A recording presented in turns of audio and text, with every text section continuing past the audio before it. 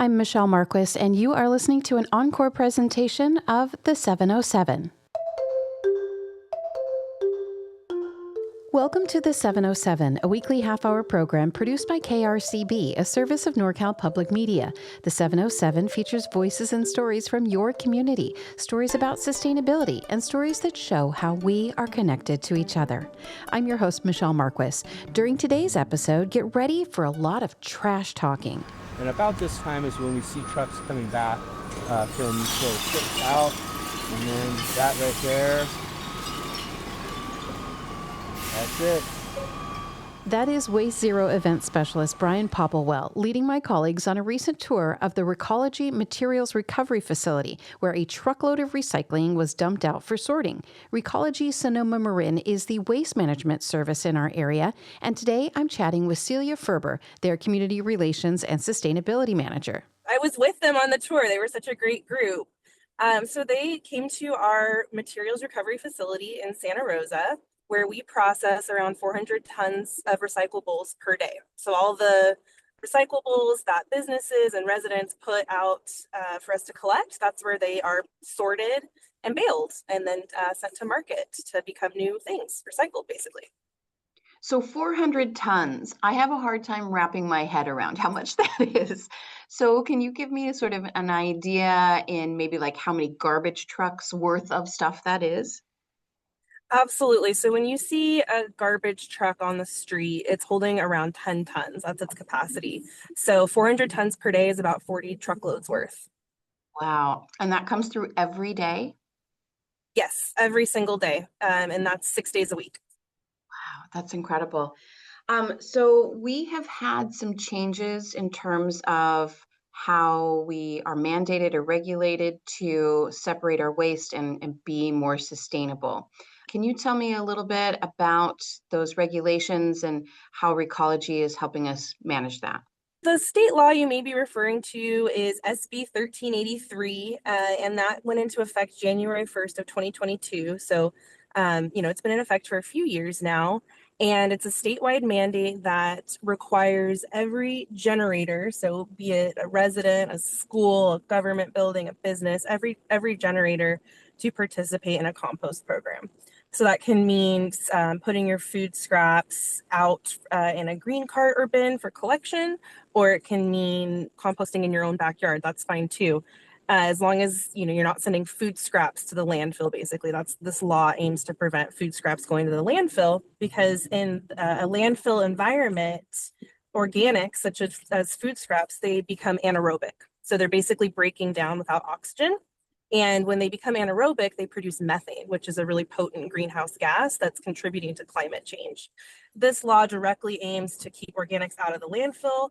Let's compost those organics instead, turn them into rich, nutritious compost that can be applied to fields and grow crops. And compost, when applied to the soil, actually helps sequester carbon from the atmosphere. So it's one of the most powerful things you can do to combat climate change. And what kind of changes did Recology have to make when that law was passed and implemented? We didn't have to change too much, because at that point we already had a pretty robust compost program. We've been promoting for residents to put food scraps in their green cart for over a decade. And similarly with businesses and schools, they've been participating in compost programs for a very long time as well. So it wasn't so much of a change for us, like logistically. It was more of a change in messaging. Did that increase the amount of compost that you were getting? Yes, it did. Every single year, I look at our recycling and compost tons, and they do go up every single year. They increase. And then I look at our landfill tons, and it's really rewarding to see that our landfill tons decrease each year. And I can give you an example of, when we first came in to the region in 2017, about 40% of what we were collecting, so, all the garbage, recycling, compost, around 40% of all items were recycled or composted, and meaning 60% were landfilled. And then here we are 9 years later, and that number is over 50%. Over 50% of everything we collect is either composted or recycled. How do you educate people about sort of how to separate their waste into various bins and know what goes where? We send out newsletters twice a year to every single customer. So everyone gets those in the mail. And then we also do quarterly e-blasts. So we send out emails to our customers. And we're very much aware that not everyone's going to read the email or the newsletter. So we know we need multiple angles to reach the broader population. So, one angle is community events. We provide services to community events. So we make sure that there's compost and recycle containers at those community events.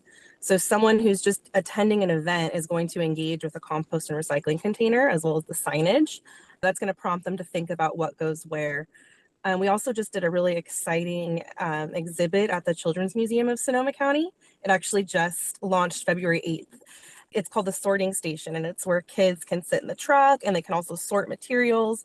They can learn what goes where through that. And the Children's Museum sees thousands and thousands of kids every single year, as well as their caretakers. So that's a great method for educating the community.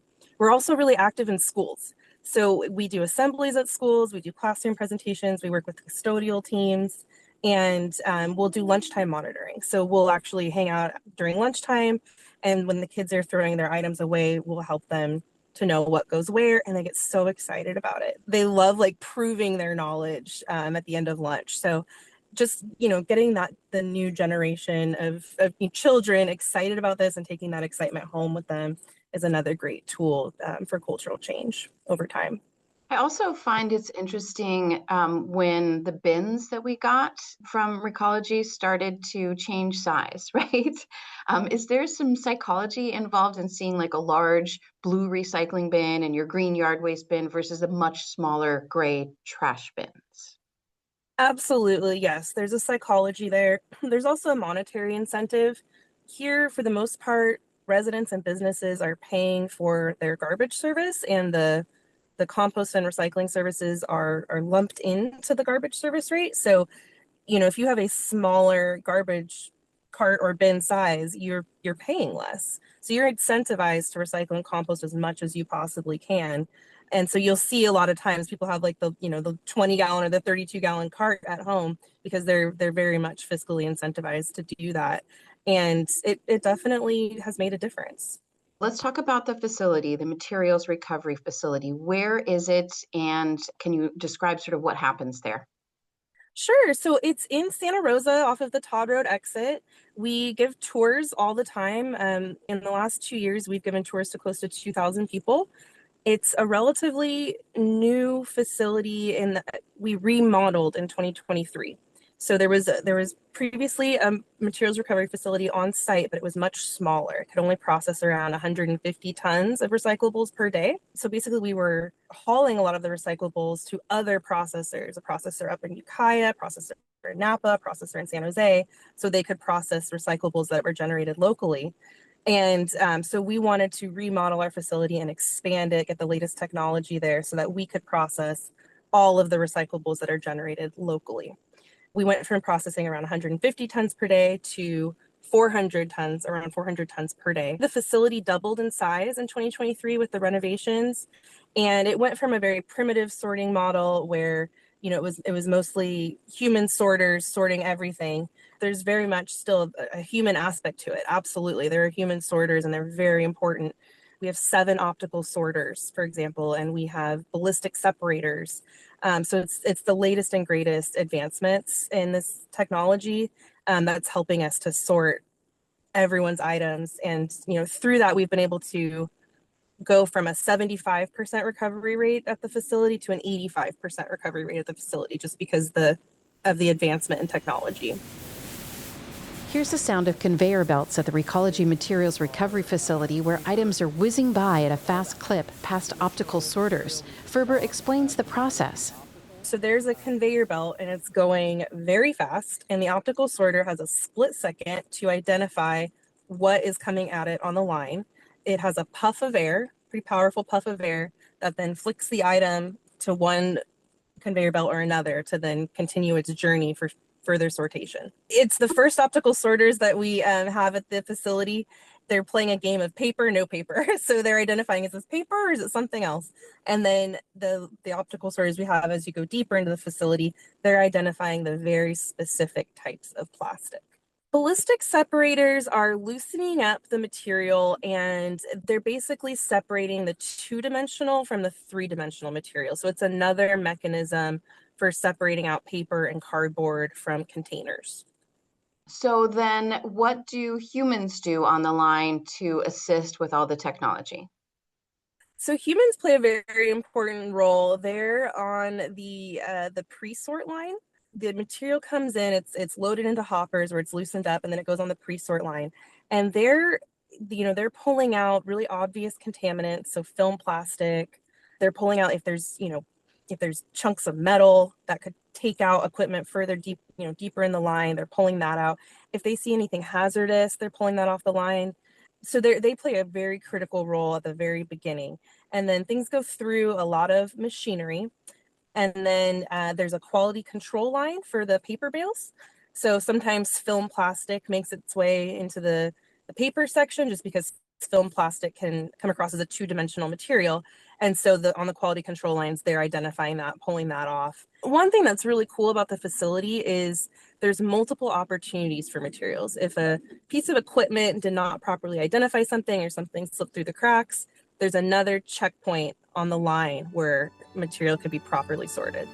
In the next segment of the 707, we'll find out what happens to recycling after it's been sorted and how this new $35 million facility in Santa Rosa is a model for recyclers across the country. This is KRCB. KRCB is Sonoma County's NPR station. Wondering what makes us stand out? It's simple, our unwavering commitment to this community. Morning Music, hosted by Brian Griffith, sets the perfect tone for your day. Brian here with you on Sonoma County's NPR station. As the sun climbs high, join Doug Jane for Midday Music. Doug Jane with you. Thanks for tuning in. It's the soundtrack of Sonoma County. Then, stay informed with All Things Considered, featuring insightful reporting from the KRCB newsroom, ensuring you're always in the loop. For Manzana, the company that helped keep Sebastopol's famous Gravenstein apple alive, their 103rd year in business will be their last. Your home for the best in local news and music. Because when the community sings, we're here to listen. Your radio, your stories, your station. KRCB 104.9, Sonoma County's NPR station.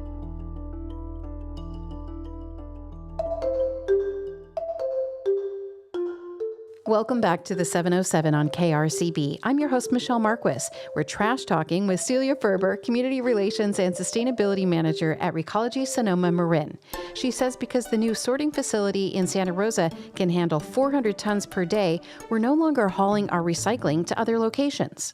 We're self-sufficient, and we did a calculation of the environmental benefit of being self-sufficient and processing locally, and it's preventing over 1 million tons of carbon dioxide per year just from processing locally and not sending long haul trucks to facilities, across the region. So it's been really exciting for that environmental win.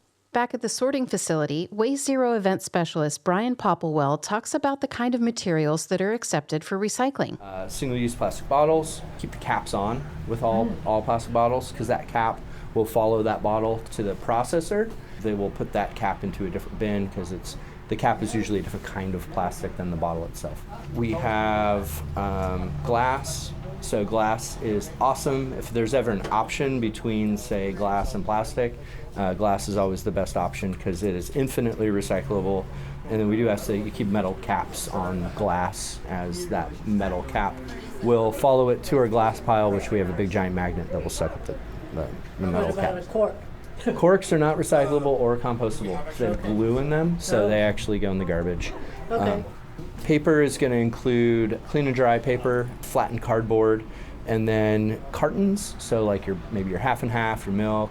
If you get like chicken broth or bone broth or something like that, it'll come in those containers, soup containers, things like the juice comes in them a lot.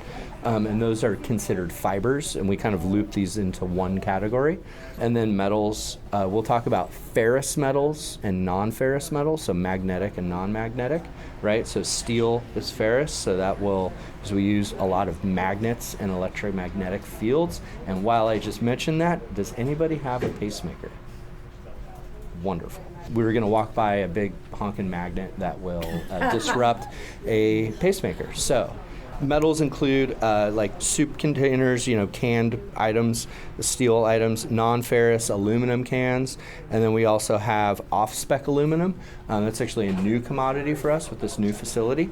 While sometimes residents put things in the blue bins that shouldn't be there, Furber says she's really impressed with the community as a whole. I'm so impressed. I've been in the industry for over 15 years. And when I first came into Recology in Sonoma Marin, there's certainly more contamination at that time than what we see now. There are still mistakes that are made. So I think a common one that we see is people put their recyclables in a plastic bag and then they seal the plastic bag.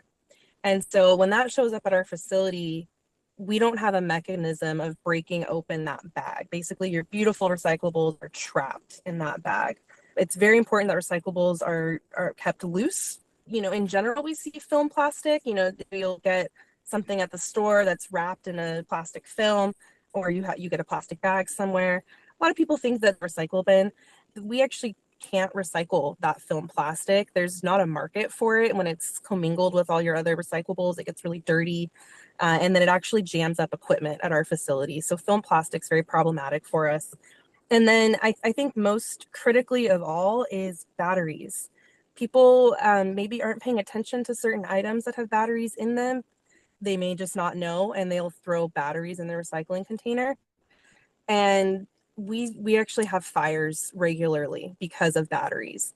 And thankfully, we're able to put them out. We haven't had any major safety incident, but it's quite scary for our employees, scary for the community. So just really encourage everyone, do not put batteries in any container.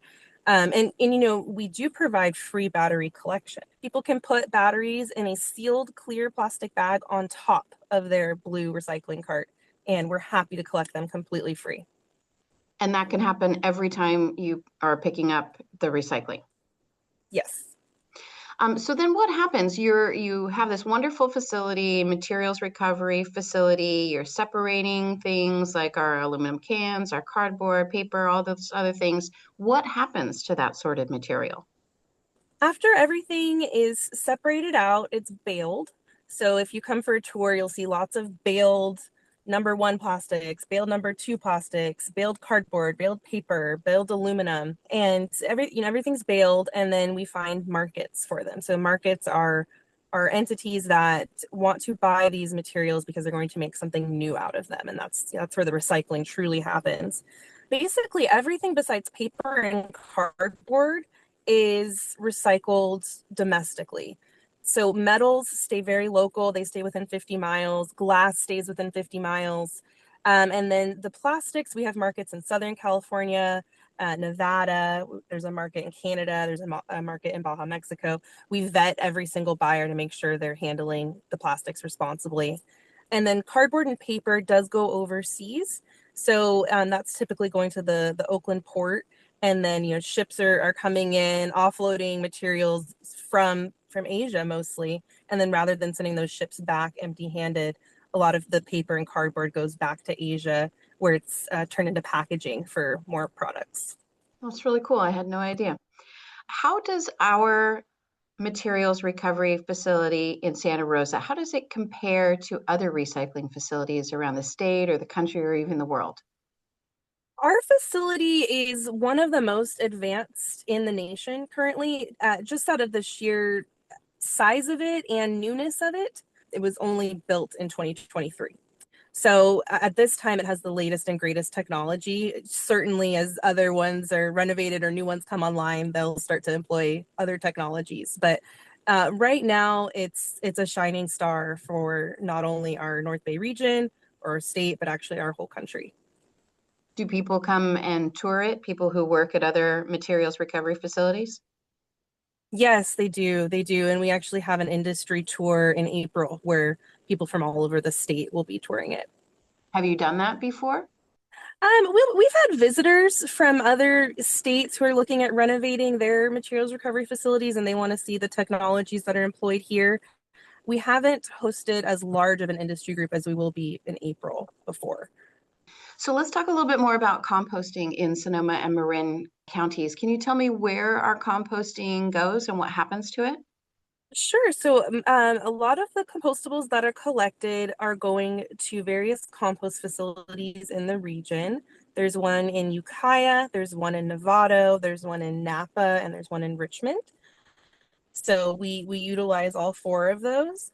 And then a more recent development is some of the commercial food waste is going to a water treatment plant in Marin County where it's being anaerobically digested, and it's actually helping to provide power to the facility. So the facility is self-sufficient and doesn't need to tap into the grid. Furber says there's another way they're helping to educate the public about sustainability. We are embarking on a partnership with Art Start, a local arts nonprofit. It's called the Recology Art Start Student Hub. So the acronym is TRASH. Last year was our first year, and 2026 is our second year. And so right now we're putting out a call to artists, students ages 15 to 25. They can pull materials from our materials recovery facility and make art out of them. And then we have exhibit space lined up where they can showcase their body of work. So really excited about that program. It definitely helps the community to think a little bit more critically about their waste. And it's amazing what these artists come up with. They're so creative. Learn more online at Recology.com. I'm your host and producer of this program, Michelle Marquis. Additional reporting on this episode from Catherine Nelson and Chandra Back. Podcasts are available at krcb.org/the707. Email topic and guest suggestions to the707@krcb.org. This show is a service of NorCal Public Media. Our president and CEO is Darren Lachelle.